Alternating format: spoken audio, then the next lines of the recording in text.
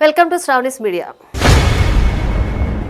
ఆంధ్రప్రదేశ్లో ప్రభుత్వ ఉద్యోగం కోసం ఎంతో ఆశతో ఎదురుచూస్తున్న నిరుద్యోగ యువతకు ప్రభుత్వం తీపి కబురు అందించింది. రాష్ట్రంలో విద్యుత్ రంగాన్ని పటిష్టం చేయడంతో పాటు యువతకు ఉపాధి కల్పిస్తామన్న మాటను నిలబెట్టుకుంటూ కూటమి ప్రభుత్వం రంగంలోకి దిగింది. ముఖ్యమంత్రి నారా చంద్రబాబు నాయుడు నేతృత్వంలోని ప్రభుత్వం విద్యుత్ శాఖలో ఏకంగా 629 అసిస్టెంట్ ఎగ్జిక్యూటివ్ ఇంజనీర్ AEE పోస్టుల భర్తీ ప్రక్రియ ప్రారంభించింది.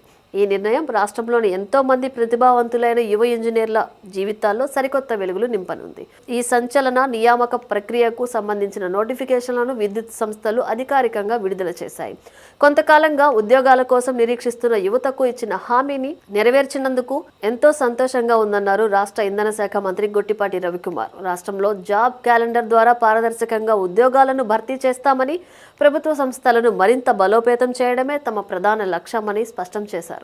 చదువు పూర్తి చేసుకుని తమ నైపుణ్యంతో రాష్ట్ర ప్రగతికి తోడ్పడాలని భావించే యువతీ యువకులకు ఇదొక అద్భుతమైన అవకాశం. ఈ భారీ నియామక ప్రక్రియలో భాగంగా ఏపీ ట్రాన్స్కో, ఏపీ జెన్కోలతో పాటు వివిధ విద్యుత్ పంపిణీ సంస్థలలో, డిస్కంలలో ఖాళీలను భర్తీ చేయనున్నారు. మొత్తం 629 పోస్టులలో ఏపీ ట్రాన్స్కోలో 200, ఏపీ జెన్కోలో 100, ఏపీఎస్ పీడీసీఎల్లో 134, ఏపీ సిపిడిసిఎల్లో 60, ఏపీఈ పీడీసీఎల్లో 135 AEE పోస్టులను భర్తీ చేయాలని నిర్ణయించారు.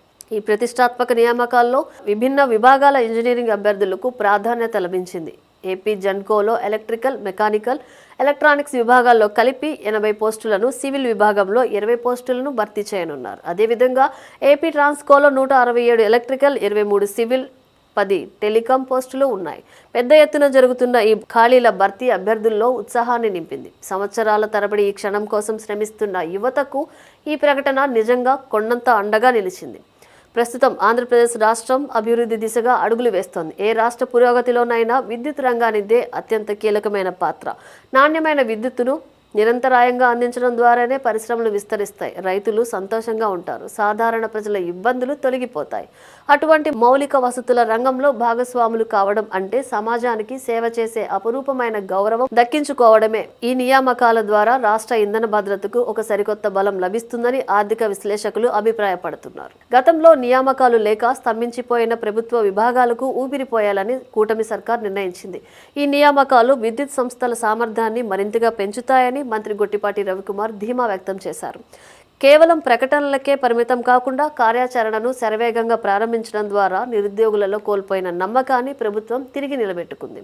అభ్యర్థులు ఈ ఉద్యోగ పరీక్షలకు సిద్ధమయ్యే క్రమంలో ఆయా వెబ్సైట్లను సందర్శించి సిలబస్ పూర్తిగా అవగాహన చేసుకోవాలని నిపుణులు సూచిస్తున్నారు. పోటీ తీవ్రస్థాయిలో ఉండే అవకాశం ఉన్నందున క్రమశిక్షణతో కూడిన ప్రణాళికతో చదివిన వారికే విజయ అవకాశాలు మెండుగా ఉంటాయని నమ్ముతున్నారు. రోజుకో నిర్ణీత ప్రణాళికతో కష్టపడితే ఈ AEE ఉద్యోగం సాధించి సమాజంలో ఉన్నత గౌరవం పొందడం అసాధ్యమేమీ కాదు.